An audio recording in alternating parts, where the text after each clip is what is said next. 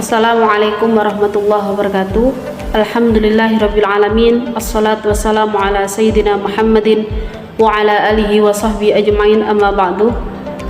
Yang kami hormati Bapak dosen Dr. Al-Ghazali MPD dan juga teman-teman kelas B18. Pada kesempatan kali ini kami akan membahas atau mempresentasikan mata kuliah Filsafat Pendidikan Islam dengan judul Idealisme, Realisme, Materialisme, dan Pragmatisme. Dalam kelompok ini terdiri dari 4 anggota. Yang pertama adalah Siti Syarifatul Ulum akan membahas tentang idealisme, Sya'raban Mubarak akan membahas realisme, Nurul Qamariyah membahas tentang materialisme, dan Latiful Munzali akan membahas tentang pragmatisme. Dalam presentasi ini diawali dengan pendahuluan yang mana filsafat beraneka ragam alirannya. Maka dalam filsafat pendidikan pun kita akan temukan berbagai aliran. Di dalam presentasi ini hanya akan bahas aliran materialisme, idealisme, realisme, dan pragmatisme. Kesemua aliran itu merupakan suatu dialektik dari berbagai pandangan filsafat pendidikan menurut Edward J. Power, Sadullah 2003 halaman 98. Aliran filsafat pendidikan terbagi menjadi aliran idealisme, realisme, pragmatisme, eksistensisme, merupakan pandangan dalam filsafat pendidikan yang berpengaruh dalam pengembangan pendidikan. Namun, dalam presentasi ini hanya membahas mengenai aliran idealisme, realisme, pragmatisme, dan materialisme. Maka setelah ini akan disampaikan pembahasan yang pertama oleh Siti Syarifatul Ulum. Baik, terima kasih. Kali ini saya akan bahas tentang idealisme filsafat dalam pendidikan Islam. Idealisme berfokus pada keutamaan pikiran dan jiwa di atas aspek material. Dalam konteks pendidikan, berarti bahwa proses belajar mengajar harus memfasilitasi pengembangan potensi intelektual dan spiritual peserta didik. Pendidikan idealis bertujuan untuk membantu individu mencapai pengetahuan sejati yang bersifat universal dan abadi, sebagaimana dicontohkan oleh pemikiran Plato yang menekankan pentingnya akal sebagai sumber pengetahuan. Aspek utama dalam idealisme filsafat pendidikan. Yang pertama adalah aspek tujuan pendidikan. Dalam aspek ini memiliki 3 capaian. Pertama adalah pengembangan karakter, kedua kesadaran spiritual, ketiga kemandirian. Yang aspek kedua adalah kurikulum. Dalam kurikulum, pendidikan idealisme berfokus pada pendidikan liberal dan pendidikan vokasional. Aspek ketiga yakni metode pembelajaran. Dalam metode pembelajaran, filsafat idealisme meliputi metode dialektik dan berpikir reflektif.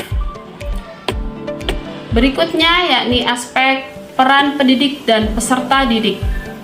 Dalam sistem pendidikan idealisme, pendidik berfungsi sebagai fasilitator, peserta didik dipandang sebagai individu yang unik dengan potensi untuk berkembang.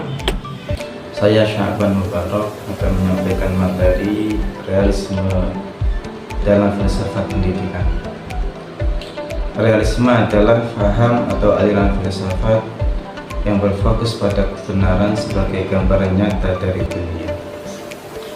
Hakikatnya adalah memandang realitas sebagai sesuatu yang dapat dilihat dan dibuktikan melalui pengalaman, baik berupa fisik atau rohani. Hubungan antara guru dan siswa dalam realisme filsafat adalah guru memiliki tanggung jawab besar sebagai pendidik yang mengarahkan dan menyediakan pengalaman belajar. Guru juga harus mampu menyusun rencana pembelajaran atau metode yang sesuai dengan kebutuhan siswa dan lingkungan mereka. Sedangkan siswa diharapkan aktif dalam proses belajar, bukan hanya sekedar penerima dan pendengar informasi. Juga siswa harus bisa menerapkan pengetahuan yang diperoleh dalam kehidupan sehari-hari.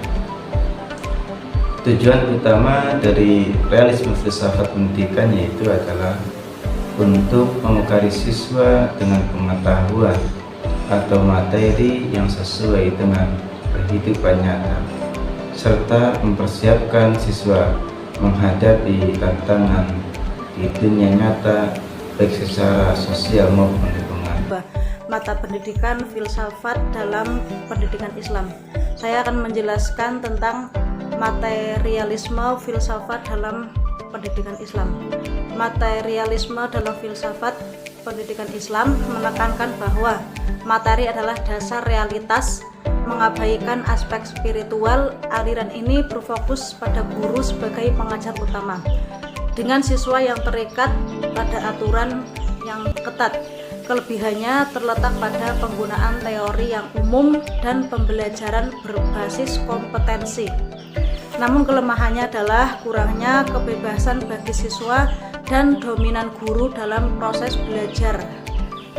Dalam konteks modern, materialisme dengan keterampilan praktis dan teknologi mendorong pemikiran kritis dan inovasi untuk menghadapi tantangan global. Pragmatisme dalam pendidikan adalah aliran filsafat yang berpandangan bahwa pengetahuan yang benar adalah pengetahuan yang berguna bagi kehidupan individu. Dalam konteks pendidikan, pragmatisme memiliki ciri sebagai berikut. Yang pertama, pendidikan harus terbuka dan luas agar tidak membatasi kebebasan dan kreativitas peserta didik. Kedua, guru bukan satu-satunya sumber dalam proses belajar mengajar, melainkan membantu siswa untuk memecahkan masalah. Ketiga, tujuan pendidikan harus disesuaikan dengan keadaan masyarakat di mana anak didik berada. Terakhir, kebenaran suatu teori, ide, atau keyakinan didasarkan pada pengalaman, konsekuensi praktisnya, dan kepuasan yang dibawanya. Sedangkan di luar konteks pendidikan, pragmatisme memiliki ciri-ciri umum sebagai berikut. Yang pertama, memusatkan perhatian pada hal-hal yang dapat dijangkau oleh indera manusia. Dua, apa yang dipandang benar adalah apa yang berguna atau berfungsi. Ketiga, manusia bertanggung jawab atas nilai-nilai dalam masyarakat. Demikian kurang lebihnya, mohon maaf. Wassalamualaikum warahmatullahi wabarakatuh. Demikian pemaparan presentasi kami. Bisa ditarik kesimpulan bahwasanya idealisme berfokus pada keutamaan pikiran dan jiwa di atas aspek material. Realisme, faham atau aliran yang berfokus pada kebenaran sebagai gambaran nyata. Kemudian materialisme merupakan paham yang menganggap bahwa segala sesuatu yang ada adalah materi atau kebendaan. Kemudian pragmatisme adalah filsafat yang berpandangan bahwa pengetahuan yang benar adalah pengetahuan yang berguna bagi kehidupan individu. Mungkin kiranya cukup sekian dari kami. Bila ada kekurangan atau khilafat, mohon maaf. Wallahul muwaffiq ila aqwamit thoriq. Wassalamualaikum